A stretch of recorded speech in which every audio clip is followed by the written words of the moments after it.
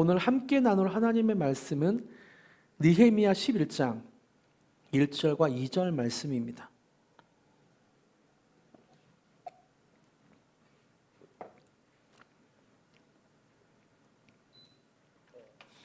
느헤미야 11장 1절과 2절 말씀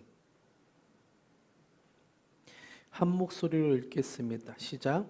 백성의 지도자들은 예루살렘에 거주하였고 그 남은 백성은 제비 뽑아 10분의 1은 거룩한 성 예루살렘에서 거주하게 하고 그 10분의 9는 다른 성읍에 거주하게 하였으며 예루살렘에 거주하기를 자원하는 모든 자를 위하여 백성들이 복을 빌었느니라. 아멘. 우리 교회는 느헤미야 강해가 계속되고 있습니다. 벌써 13번째 시간인데요. 하나님이 세우시는 사람, 하나님이 세우시는 가정, 하나님이 세우시는 교회라는 주제로 느헤미야 강해가 계속되고 있습니다. 계속해서 느헤미야 강해가 그렇게 반복될수록 강해가 될수록 하나님이 우리에게 주시는 비전이 무엇인지, 또 하나님이 우리 가정 공동체를 어떻게 탄탄하게 하실지, 또 우리 교회가 이제 개척 2기로 이렇게 성장해 가고 있는데요. 우리 교회가 느헤미야를 본받아 어떻게 우리 교회가 그렇게 단단하게 될지, 교회 공동체가 성장해 갈지를 함께 돌아보며 함께 그렇게 살펴보고 있습니다. 이제 느헤미야 강해가 얼마 남지 않았습니다. 느헤미야서가 13장까지 있으니까 다다음 주면 느헤미야 강해가 마치게 됩니다. 유다 백성들은 성벽 공사가 끝나고 그 다음에 말씀의 부흥, 기쁨의 회복, 회개의 역사를 경험했죠. 그리고 이렇게 부흥을 경험한 백성들이 이제 11장부터 앞으로 다룰 13장까지 실제 어떻게 살아가는지 그 삶을 보여주고 있습니다. 11장은 오늘 쭉 살펴보겠지만 유다 공동체가 이제 거룩한 성인 예루살렘에 살아갈 사람을 뽑는 그 과정을 보여주고 소개하고, 12장은 이미 7장에서 완공된 성벽을 이제서야 12장에서야 하나님께 드리는 봉헌식을 합니다. 그동안에는 하나님께서 부어주시는 말씀의 부흥, 기쁨의 회복, 회개의 역사를 하면서 그 날마다 말씀 가운데 그렇게 살았던 이스라엘 백성들이 12장에 가서야 이제 봉헌식을 드리는 장면이 나오고, 그리고 13장은 유다 공동체가 하나님 앞에서 사인하며 임봉까지 해서 하나님의 언약을 반드시 지키겠습니다라고 한 그 내용을 어떻게 하는지 보여줍니다. 부흥을 경험한 유다 공동체는 하나님의 언약을 다 지킬 것처럼 사인하고 그것을 봉인했지만 다시금 식어져 버렸습니다. 그래서 13장에서 유다 공동체의 모습은 이방인인 도비아에게 성전의 창고를 방을 꾸며서 내어주고, 또 하나님의 전을 위한 예물을 드리지 않아 레위 사람들을 떠나게 했습니다.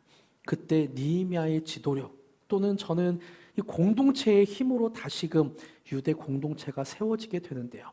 이제 한 3주 정도 공동체에 대해서 말씀을 느헤미야 강의를 계속할 때 우리 공동체가 더 단단하게 세워지길 간절히 바랍니다. 이렇게 오늘까지 포함해서 느헤미야 강해가 3주 정도 남았는데요. 마지막까지 하나님이 세우시는 가정과 교회 공동체는 어떤 모습이고 우리가 어떻게 따라가야 하는가를 고민하며 함께 지워져 가길 소망합니다. 할렐루야. 오늘은 그래서 느헤미야 11장 1절과 2절을 본문으로 느헤미야 강의 13번째 시간이죠. 공동체를 향한 유다 백성들의 헌신, 공동체를 향한 유다 백성들의 헌신이라는 제목으로 함께 말씀을 나누겠습니다. 유다 백성들에게 있어 예루살렘이라는 도시는 아주 특별한 공간이었습니다. 왜냐하면 예루살렘은 하나님의 법궤와 성전이 있는 곳이었기 때문입니다. 유다 백성들은 법궤를 하나님의 영광, 하나님의 임재가 항상 존재하는 곳으로 여겼습니다. 그리고 하나님이 특별하게 사랑하시며 직접 다스리시는 그 공간인 예루살렘을 거룩한 도성, 거룩한 도시라고 부르며 절기마다 때마다 찾아갔죠. 유다 백성들에게는 이 예루살렘이 가지는 의미가 굉장히 특별했어요. 이런 특별한 예루살렘의 성벽이 세워졌습니다. 하지만 아직까지 성 내부는 어수선했어요. 당시 예루살렘의 상황을 단적으로 보여주는 표현이 느헤미야 7장 4절에 나옵니다. 같이 한번 읽어볼까요? 7장 4절 시작.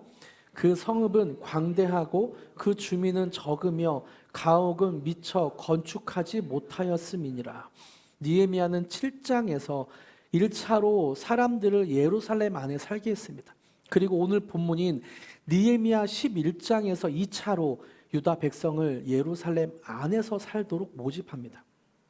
그런데 문제는 예루살렘 성벽은 세워졌지만 아직 사람이 살기에 적합한 시설을 갖추지 못했다는 사실이죠.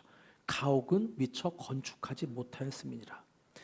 그러니까 예루살렘에 살기 위해서 사람들은 큰 리스크를 감수하고 살아야 하는 상황입니다. 저는 한번 상상해 봤어요. 이 예루살렘의 죄송합니다. 예루살렘 내부의 상황이 어땠을까? 그 상상해 봤을 때 잘 알려주는 그 이론이 있더라고요. 미국의 범죄 심리학자인 제임스 윌슨과 조지 켈링이 1982년 깨진 유리창의 이론을 발표했습니다. 구석진 골목에 차를 2대 세워놓았대요. 한 대는 멀쩡한 상태에서 또 한 대는 유리창을 깨서 일주일을 관찰한 연구를 바탕으로 범죄 심리학 이론을 발표했습니다. 논문을 발표했습니다. 그것이 바로 깨진 유리창 이론이죠. 이 실험의 결과는 여러분도 다 아시겠지만 멀쩡한 차는 일주일이 지나도 뒤에도 멀쩡하게 유지되었다고 합니다. 하지만 깨진 유리창을 가진 차는 거의 폐차 직전까지 파손되었다고 하죠. 그래서 범죄 심리학에서는 마치 자동차의 깨진 유리창처럼 건물의 폐허가 되면 그 건물을 중심으로 범죄율이 높아진다는 이론을 냈습니다.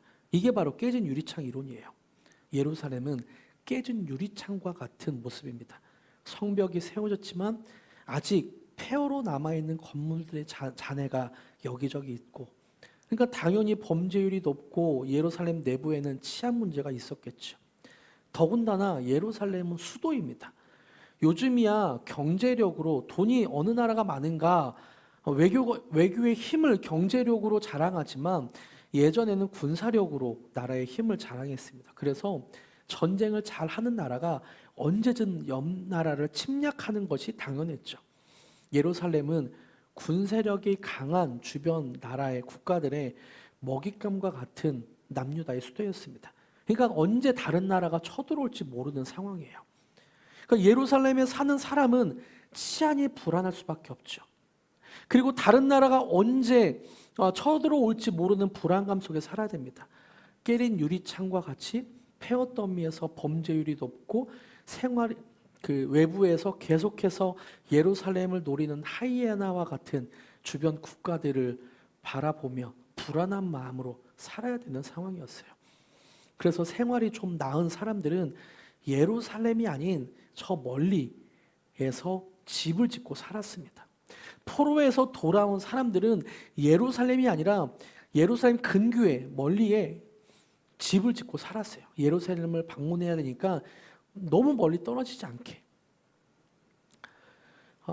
포로에서 귀환해서 열심히 터전을 일구었던 사람들이 다시 예루살렘 성으로 이주한다는 말은 조금 힘든 일입니다. 오늘이야 부동산의 집을 알아보고 이삿짐 센터를 부르면 금방이지만 그 당시에 부동산이나 이삿짐 센터가 있었던 건 아니잖아요. 손수 집을 건축해야 되고 이삿짐을 손수 옮겨야 하는 번거롭고 힘든 일이었죠. 또 마을에 필요한 시장이나 도로 등이 공동시설도 갖춰지지 않았던 그런 상황에 자신과 가족은 큰 희생을 해서 예루살렘에 들어가야 되는 그런 상황이었어요. 이런 여러 가지 어려움에도 불구하고 누군가는 예루살렘 도시를 활성화해야 했습니다. 누군가는 희생하고 헌신해서 예루살렘에 와서 살아야 됐어요. 위험하고 불편하더라도 예루살렘에 누군가는 들어가서 그 도시를 활성화해야 됐습니다. 왜요? 예루살렘은 하나님이 친히 다스리시는 성전이 있는 곳이고 하나님이 항상 머무르시는 법궤가 있는 도시였기 때문입니다. 유다 백성들은 이런 공감대가 모두 다 있었어요. 이런 예루살렘에 살아갈 사람들을 유다 공동체는 어떻게 선별했을까? 그 내용이 오늘 본문입니다. 1절에 어떻게 그 사람들을 선별했는지 나오는데요. 1절을 같이 한번 읽어볼까요? 시작. 백성의 지도자들은 예루살렘에 거주하였고 그 남은 백성은 제비 뽑아 10분의 1은 거룩한 성 예루살렘에서 거주하게 하고 10분의 9는 다른 성읍에 거주하게 하였으며. 어떻게 예루살렘 성에 거주할 사람을 뽑고 있나요? 제비 뽑아.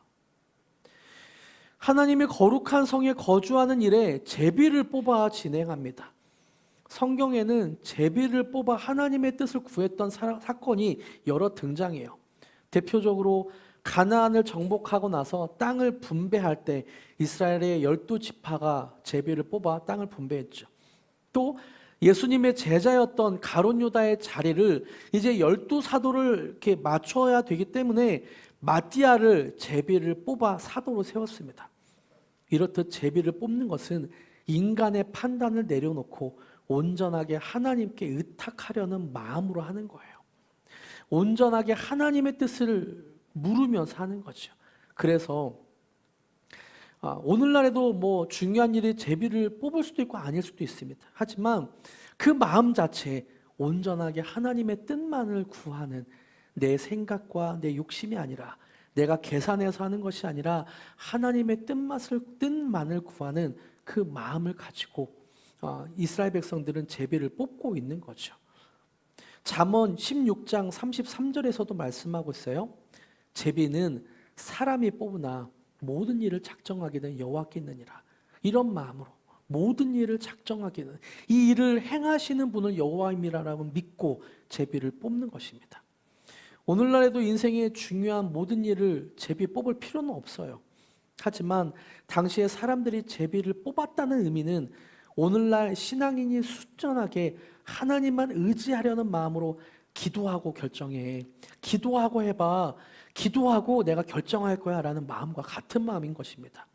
여기서 중요한 것은 느헤미야와 유다 백성은 하나님의 뜻을 묻고 있다는 거죠. 하나님 누가 들어갈까요? 돈 많아 보이는 사람이 들어갈까요? 계산을 해서 헌신하고 있는 사람이 들어갈까요? 그렇게 하지 않고 하나님의 뜻을 구하고 있다는 사실입니다. 더 중요한 사실은 더 주목해서 우리가 보아야 할 부분은 유다 백성들은 하기 싫은 일을 시키기 위해 제비 뽑고 있는 게 아니라는 사실이에요. 아이고 난 가기 싫은데 누군가는 가야 되니까 제비를 뽑고 있는 게 아니라 2절에 보니까 2절 보여주세요. 2절에 예루살렘에 거주하기를 자원하는 모든 자를, 그러니까 예루살렘에 거주하기를 자원하는 사람이 많아서 그 사람 중에서 10분의 1을 제비 뽑아 예루살렘에 들어가게 하고 제비 뽑지 못한 10분의 9는 백성들이 복을 빌어 주었다는 말인 거죠. 예루살렘에 거주하기를 자원하는 사람들이 많아 제비를 뽑고 있는 상황입니다. 여기서 자원하는 이라는 히브리어를 좀 살펴볼 필요가 있어요. 자원하는 이라는 히브리어는 나다브입니다. 의미는 자극하다, 재촉하다, 기꺼이 즐겨하다라는 의미가 있죠. 이것을 다르게 표현하면 마음에서부터 기꺼이 즐겨하다, 스스로 즐거운 마음으로 하다라는 뜻이 됩니다. 그러니까 이스라엘 백성들은 마음에서부터 즐거운 마음으로 예루살렘에서 희생하고 헌신할 것을 즐거운 마음으로 그렇게 하고 있는 거예요. 누구도 싫어하는 일을 나라도 해야지 하면서 그렇게 손을 드는 것이 아니라 내면 깊은 곳에서 기쁜 마음으로 스스로 자극되어 기꺼이 즐거운 마음으로 자원을 하고 있다는 거죠. 누가 봐도 헌신해야 되고 희생해야 되는 일에 유다 공동체는 자원했습니다. 자원한 사람이 많아 제비를 뽑아야 하는 상황까지 된 것이죠. 인간의 본능은 희생하기 싫어합니다. 인간의 본능은 피해보고 싶어 하지 않아요. 다른 사람이 피해보는 건 뭐 어쩔 수 없지 생각하지만 나는 피해보고 싶어 하지 않아요. 나는 희생하고 싶어 하지 않는 게 정상입니다. 하지만 말씀의 부흥, 기쁨의 회복, 회개의 역사를 경험하니까 하나님을 위해 희생하고 하나님을 위해 피해를 자체에서 보겠다라고 말하고 있는 거예요. 거룩한 성인 예루살렘의 쓰레기를 치우고 부서진 집을 보수하고 도로를 건설하고 하나님의 거룩한 도성을 위해 헌신하는 사람들이 그렇게 제비를 뽑아 예루살렘에 살게 되었습니다. 하나님이 이것을 허락하셨죠. 하나님은 자원에서 헌신하는 사람을 통해 하나님의 도성을 채우셨습니다. 자원에서 헌신하는 사람. 물론 하나님은 돌들로도 일을 하실 수도 있고 하나님은 어떻게든 사람들을 일으키실 수 있지만 자원에서 섬기는 사람, 자원에서 희생하는 사람들에게 하나님은 그 예루살렘 거룩한 도성을 채우게 하셨습니다. 이런 느헤미야와 유다 백성들의 모습을 보니까 우리 그 교회의 모습과 좀 비슷해 보여요. 교회는 자원에서 마음으로부터 기꺼이 즐겨하는 사람들이 모인 공동체입니다. 누가 억지로 시켜서 돈을 준다고 해서 또는 어떤 명예가 있어서 하는 공동체가 아니죠. 자원에서 하는 공동체예요. 하나님의 비전을 품고 그 비전을 따라 하나님이 모이게 한 공동체가 바로 교회입니다. 그러다 보니까 이렇게 하나님의 비전에 순종해서 헌신하는 사람들이 교회에는 절대적으로 필요한 것 같아요. 성도님들의 자발적인 헌신, 교회 공동체의 헌신이 없이는 교회가 운영이 되지 않는 것이 사실입니다. 어찌 보면 세상의 수많은 공동체 중에서 교회만큼 사람들의 자발적인 헌신이 필요한 것이 없는 것 같아요. 돈으로 사람을 움직이는 것도 아니고 어떤 기쁨이나 어떤 것으로 사람을 세울 수도 없는 것입니다. 교회는 궁극적으로 하나님의 비전을 가진 사람들이 모여서 자발적으로 희생하고 헌신하는 공동체이죠. 저는 말씀을 묵상하며 설교를 준비하며 우리 교회를 생각해 봤어요. 우리 교회에 이런 모습이 있나? 근데 많이 있더라고요. 자발적으로 헌신하는 모습이 있나? 많이 있더라고요. 지난주가 추석이었죠. 추석에 함께 만두를 만들고 주일에 그 칼국수를 먹자고 그렇게 얘기를 했습니다. 그랬더니 어떤 성도님은 칼국수에 먹을 밑반찬을 가져오더라고요. 그래서 밑반찬을 잘 먹고 남아가지고 주중에 라면에다가 낙지를 넣어서 이렇게 비싼 낙지 젖을 넣어서 이렇게 먹기도 했습니다. 어쨌든 자발적으로 밑반찬을 가져오기도 했고 또 어떤 성도님은 집에서 바지락과 또 뭐 하이라이트와 여러 살림살이를 가져와서 자원해서 섬기시더라고요. 자원해서 섬기는 모습이 즐거운 마음에 자원해서 제비 뽑았던 느헤미야와 유다 백성들의 모습과 같아 보여요. 또 우리 교회는 큐티하는 교회죠. 느헤미야와 유다 백성들의 자원하는 모습이 또 어떤 모습이 있을까 보니까 우리 교회가 큐티하는 교회인데 어떤 분들이 이런 건의를 해주시더라고요. 함께 큐티를 더 잘하기 위해서 큐티한 내용을 나누면 어떨까라는 건의를 해주었습니다. 그러니까 자원해서 함께 큐티 나눔 방을 그렇게 해보자는 거죠. 사실은 제가 몇 달 전부터 고민하고 있었거든요. 큐티 나눔 방을 하면 좋겠는데 모이자고 하면은 성도님들이 힘들어할 것 같고 카톡에다가 내가 먼저 올리면서 큐티 나눔 방 할까요? 이렇게 하면은 마지못해 하긴 하겠지만 힘들어할 것 같은데 한 몇 달 동안 제가 고민했거든요, 사실. 그런데 이렇게 말씀하시는 걸 듣고 정말 자원해서 하는구나. 하고자 하는구나. 느헤미야와 유다 백성들의 모습처럼 우리 교회도 이렇게 자원해서 섬기고 희생하는 모습이 보입니다. 그런 모습이 저는 우리 교회와 좀 닮아 있다는 생각이 들고 참 감사했어요. 여러분, 교회는 자원해서 섬기는 공동체입니다. 어떤 필요에 의해 섬기는 것도 물론 너무 좋습니다. 필요에 의해 섬기는 거 너무 좋죠. 우리 교회가 드럼이 생겨서 성원 목사님이 자원해서 또 섬겨주셨습니다. 오늘부터 드럼이 새롭게 예배 시간에 이렇게 치게 되는데요. 너무 좋았죠. 드럼 치니까 저도 너무 좋았습니다. 목사님 드럼 쳐주면 어떨까요? 목구멍 이만큼 제가 말이 나오는 걸 꼭 참았어요. 그러면서 목사님이 말해주기 전까지 또 그러면서 함께 의논하면서 어떻게 드럼을 살릴 수 있을까 그러면서 자원해서 섬겨줬죠. 우리 교회는 그렇게 자원해서 섬기는 것들이 많이 필요한 것 같아요. 여러분이 건의해 주신 것들이 저는 행복합니다. 너무 좋아요. 그래서 그치, 이때는 읽기에 지금 준비가 돼가고 있는 거구나. 성도님들의 마음에 이런 마음이 있다면 이거는 시도해도 좋겠구나. 같이 해보자. 그러면서 우리 교회가, 공동체가 더 이렇게 풍성해지는 것 같아요. 건의해 주시고 함께 자원해서 모여주시고 뭔가를 같이 희생하며 만들어가는 그런 교회의 모습. 각자 스타일도 다르고 역할도 다르고 은사도 다르고 다 다르잖아요. 에베소서에서도 교회를 지체라고 말합니다. 각각 다른 역할하는 지체. 그러니까 자기 역할은 자기만 할 수 있는 거예요.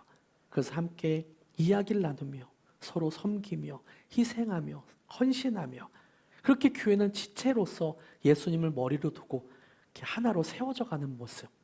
저는 그런 걸 꿈꿉니다. 그리고 우리 교회가 이렇게 세워지고 있다고 믿고 함께 그렇게 세워져 갈 것을 기대합니다. 할렐루야. 아멘. 이렇게 백성들이 자원해서 하나님의 거룩한 도시인 예루살렘을 섬기려고 할 때 느헤미야는 무엇을 하고 있었을까? 느헤미야는 이 백성들을 바라보면서 무엇을 하고 있었을까? 저는 여기에서 느헤미야가 하는 일들을 한번 좀 상상해 봤어요. 그 힌트가 느헤미야 11장 3절부터 쭉 나온 것을 보면 유추해 볼 수 있는데요. 느헤미야 11장 3절부터 마지막 절인 36절까지 사람들의 명단이 나옵니다. 이 사람들이 어떤 명단이냐면 예루살렘에 들어갈 사람들의 명단, 또 예루살렘 밖에서 제비 뽑지 못했지만 밖에서 사람들을 축복해주고 있는 명단이 그대로 기록되고 있어요.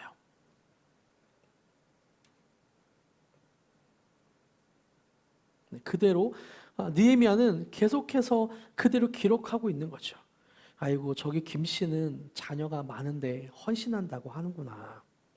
아이고, 이 씨는 아직 자녀가 어려서 가족이 집을 짓기 전까지 살 곳이 당장 없을 텐데, 집을 지으려면 어린 자녀를 두고 힘들 텐데 그래도 희생하려고 하는구나. 저 집은 재산이 부족해서 예루살렘에 집을 짓고 정착하기 힘든 상황인데 그래도 하려고 하는구나. 그런데도 이렇게 자원해서 섬기려고 하는구나.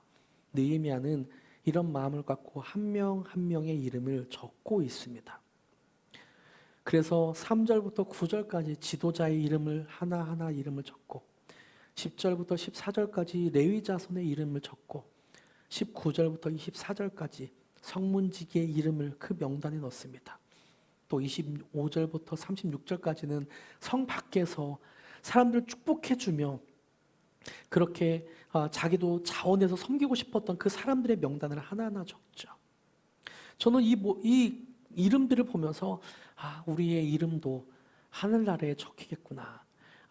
지난주에 추석에 낙지젓 갖고 왔지, 이렇게 낙지젓 이렇게 이름을 이렇게 적고, 하이라이트와 바지락 갖고 왔지, 칼국수를 잘 미시는 이석주 이렇게 적으면서 이석주 칼국수 이렇게 하나님이 그렇게 적지 않을까.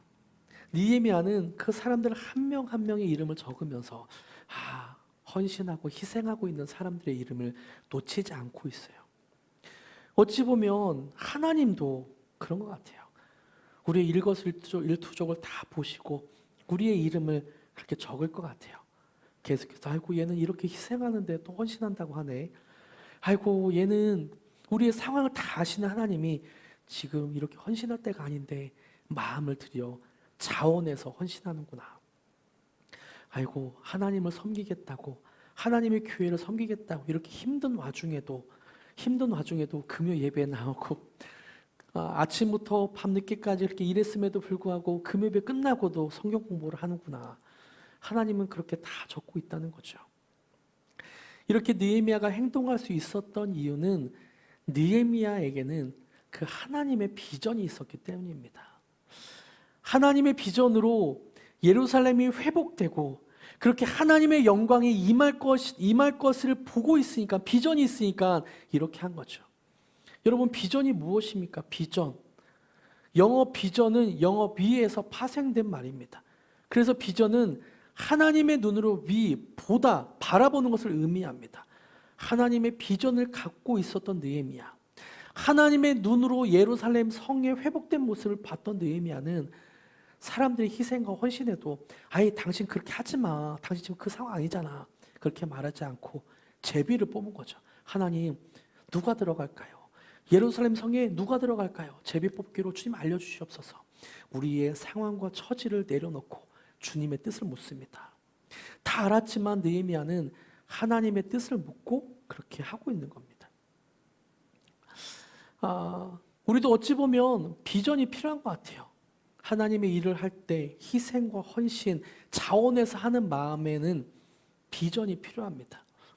비전이란 단순히 하나님이 나에게 어떤 일을 시킨다라는 것을 넘어서 하나님의 눈으로 보는 것이 필요해요. 우리 교회를 보는 하나님의 눈, 하나님의 시각, 내 인생을 보는 하나님의 시각, 또 우리 주변 이웃들을 보는 하나님의 시각, 우리 교회를 보는 하나님의 시각, 그 하나님의 시각을 가질 때 우리는 그 비전을 갖게 되고 하나님의 눈으로 바라보며 희생하고 헌신할 수 있게 되는 거죠. 현실은 막막하고 처지는 어렵지만 하나님의 뜻을 구하며 제비를 뽑는 마음으로 기도하며 그렇게 한 걸음 한 걸음 하나님의 뜻에 순종할 수 있는 거죠. 저는 우리 모두가 하나님의 비전을 볼 수 있길 바랍니다. 하나님의 시각이 있길 바라요. 하나님의 눈으로 비전을 볼 수 있는 사람이 헌신할 수 있고 자원해서 하나님의 뜻에 순종할 수 있게 됩니다. 느헤미야는 하나님의 눈으로 비전을 보고 있으니까 자신에게 맡겨진 사명을 다할 수 있었습니다. 아프고 고달프고 원수의 공격이 있고 내부에 문제가 생기고 그래도 하나님의 비전, 하나님의 눈으로 예루살렘을 보니까 그 성벽을 세울 수 있었고 끝까지 도시 안에 사람들이 살아갈 사명을 다하고 있는 거죠. 이렇게 현실이 아닌 하나님의 눈으로 보면서 사는 사람들은 믿음이 있다라고 말하기도 합니다. 성경 속 인물들은 하나님의 눈으로 세상을 보면서 믿음을 가지고 살았던 사람입니다. 세상을 판단하고 세상을 보는 나의 눈으로 보며 살아간 게 아니라 하나님의 눈으로 보며 믿음을 갖고 살았던 사람이죠. 그 중에서도 히브리서 11장에서는 믿음으로 살았던 인물을 묘사하고 있어요. 히브리서 11장 23절부터 모세의 믿음을 말하고 있는데요. 24절부터 27절까지를 제가 읽어드릴게요. 믿음으로 모세는 장성하여 바로의 공주의 아들이라 칭함받기를 거절하고 도리어 하나님의 백성과 함께 고난받기를 잠시 죄악의 낙을 누리는 것보다 더 좋아하고 그리스도를 위하여 받는 수모를 애굽의 모든 보화보다 더 큰 재물로 여겼으니 이는 상 주심을 바라봄이라. 바라보니까 믿음으로 행동할 수 있는 거죠. 27절에 그러니까 바라보니까 믿음으로 애굽을 떠나 왕의 노함을 무서워하지 아니하고 곧 보이지 아니하는 자를 보는 것 같이 하여 참았으며 현실을 뛰어넘어 바라봄으로 믿음으로 바라보니까 믿음이 생기게 되고 믿음으로 모세는 하나님의 일들, 하나님의 사역을 나타나게 됩니다. 여러분, 비전은 하나님의 눈으로 바라봄입니다. 그래서 믿음은 바라봄에서부터 시작돼요. 하나님의 눈으로 바라봄에서부터 시작됩니다. 이렇게 하나님의 눈으로 바라볼 때 우리는 믿음을 가질 수 있게 되고 자원에서 마음에서부터 기꺼이 즐겁게 순종할 수 있게 되는 거죠. 말씀을 맺겠습니다. 믿음을 가지고 마음으로부터 기꺼이 즐거운 마음으로 자원하여 하나님의 비전에 순종한 사람의 모습을 빌립보서 2장 5절에서는 선포하고 있어요. 제가 읽어드립니다. 너희 안에 이 마음을 품으라. 곧 그리스도 예수의 마음이니. 기꺼운 마음, 즐거운 마음으로 하나님의 비전을 보고 있으니까 그렇게 현실의 어려움에도 자신을 희생할 수 있었던 그 마음, 그리스도 예수의 마음입니다. 바울은 빌립보 교인들에게 마음에서부터 기꺼이 즐거운 마음으로 자원할 수 있는 방법이 그리스도 예수님의 마음을 품는 것이라고 표현하고 있어요. 그리고 이런 예수님의 마음을 더 구체적으로 그 뒷구절에 계속 설명하고 있는데요. 우리가 품어야 될 마음이기도 합니다. 그 마음이 어떤 마음인지 같이 한번 읽어볼까요? 우리가 그 마음이 되길 간절히 바라는 마음으로. 시작. 그는 근본 하나님의 본체시나 하나님과 동등됨을 취할 것으로 여기지 아니하시고 오히려 자기를 비워 종의 형체를 가지사 사람들과 같이 되셨고 사람의 모양으로 나타나사 자기를 낮추시고 죽기까지 복종하셨으니 곧 십자가에 죽으심이라. 예수님의 마음이 어떻다고요? 근본 하나님의 본체셨지만 하나님과 동등됨을 취할 것을 여기지 않았다. 그리고 오히려 자신을 비웠대요. 자신을 비워서 하나님이신 예수님이 종의 형체를 가지셔서 이 땅에 오셨습니다. 사람의 모양으로. 사람의 모양인데 그냥 잘 먹고 잘 사는 그 사람의 모양도 아니고 자기를 낮추시고 죽기까지 복종하셨대요. 그래서 십자가에 죽으셨다는 거죠. 왜요? 하나님을 바라보고 있으니까. 하나님의 시각을 갖고 있으니까. 인류의 모든 죄를 구원할, 내가 십자가에 죽으면 인류의 모든 죄가 구원되고 하나님이 사랑하는 이 인간들이 하나님의 자녀로 삼아지게 되는구나. 내가 죽으면 예수님은 그 마음을 품으셨습니다. 어떻게 이런 마음을 품을 수 있을까? 예수님도 하나님의 눈으로 비전을 보셨습니다. 사람들의 조롱과 비난, 또 겟세마네 동산에서 겪었던 인류가 저지른 죄의 무게를 모두 다 짊어지고 꿋꿋하게 자원하여 기꺼이 즐거운 마음으로 그 십자가의 길을 가셨습니다. 함께 예수님의 이런 마음을 사모했으면 좋겠어요. 하나님, 나에게 이런 마음을 주시옵소서. 예수님의 마음을 주시옵소서. 그래서 하나님의 시각으로 바라보며 예수님의 마음을 품고 하나님의 비전을 발견하고 그렇게 자원해서 함께 섬기며 공동체를 세워가게 하여 주시옵소서. 가정에서, 교회에서 하나님의 비전을 주셔서 나를 세워 주시옵소서. 그 기도하는 마음으로 보소서 주님을 함께 찬양하기 원합니다.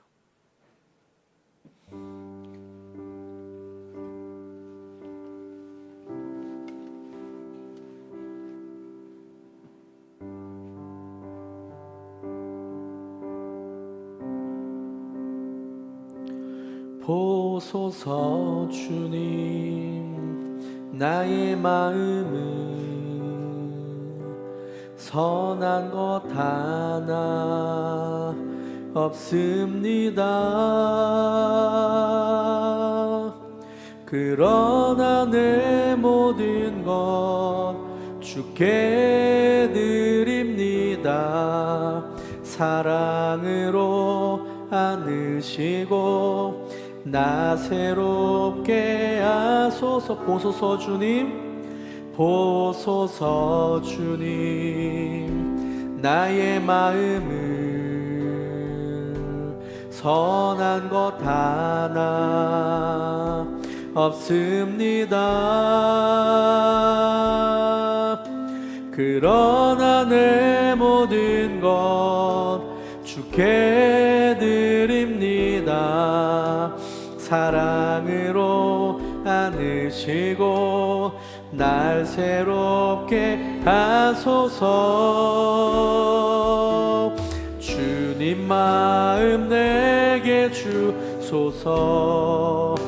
내 아버지 주님 마음 내게 주소서. 주님의 뜻이 이루어지도록 주님 마음 내. 다시 한번 처음부터 고백합니다. 보소서 주님, 보소서 주님, 나의 마음은 선한 것 하나 없습니다. 그러나 내 모든 것 주께 드립니다. 사랑으로 안으시고 날 새롭게 하소서. 주님 마음 내게 주소서. 주님 주님 마음 내게 주소서. 내 아버지 주님 마음 내게 주소서. 나를 향하신 주님의 뜻이 이루어지도록 주님 마음 내게 주님 마음 내게 주소서. 주님 마음 내게 주소서.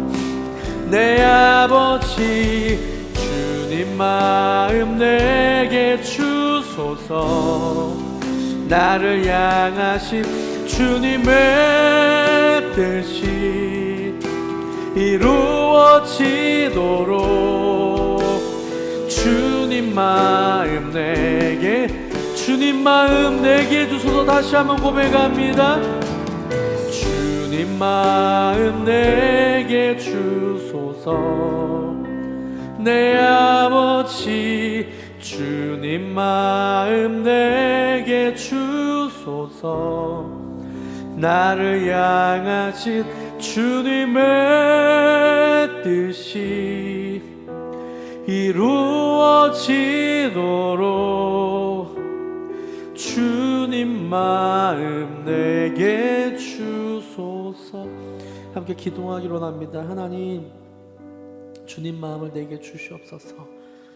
하나님의 마음을 내가 품게 하여 주시옵소서. 그렇게 함께 좀 기도하며 나아가려 합니다. 주님의 비전을 허락하여 주시고 믿음으로 자원해서 이렇게 섬길 수 있는 주님의 비전을, 믿음을 허락해 달라고, 주님의 마음을 달라고 함께 기도하시겠습니다. 하나님, 주님의 마음을 허락하여 주시옵소서. 주님의 마음을 허락하여 주시옵소서.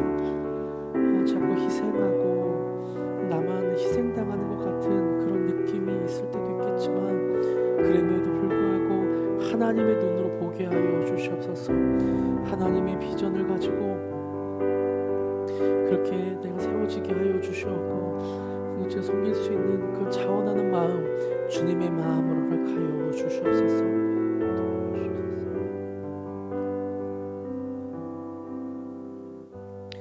하나님, 우리에겐 주님의 마음이 필요합니다.